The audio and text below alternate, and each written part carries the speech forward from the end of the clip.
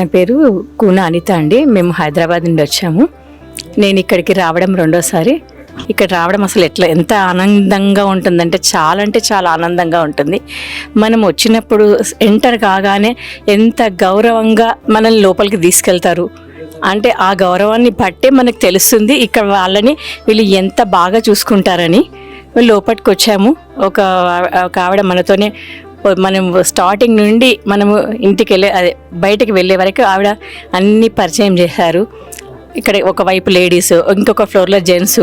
అసలు ఎంత బాగా చూసుకుంటున్నారండి వాళ్ళని చూసుకుంటుంటే అసలు చాలా ఆనందంగా అనిపించింది. మేము ఇక్కడికి వచ్చిన తర్వాత ఒక 2 hours స్పెండ్ చేసాము.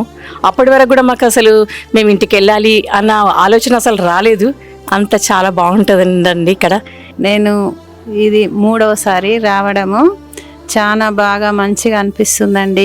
మళ్ళీ రావాలనిపిస్తుంది. గట్టు శంకర్ గారికి, శ్రావణి గారికి, వారి కుటుంబ సభ్యులు ఆ దేవుడు ఎల్లవేళలా చూడాలని ప్రార్థిస్తున్నాను.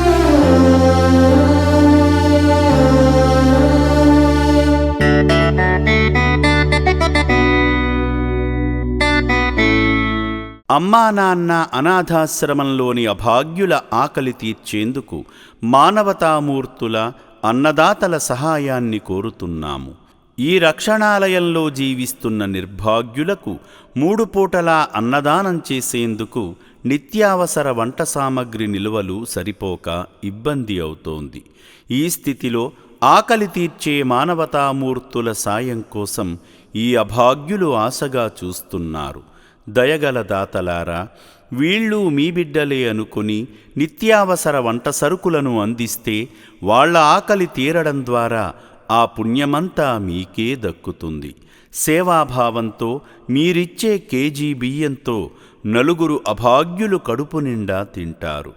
3 పూటల 1800 మంది ఆకలి తీర్చాలంటే ఎంత కష్టమో ఒక్కసారి ఆలోచించండి.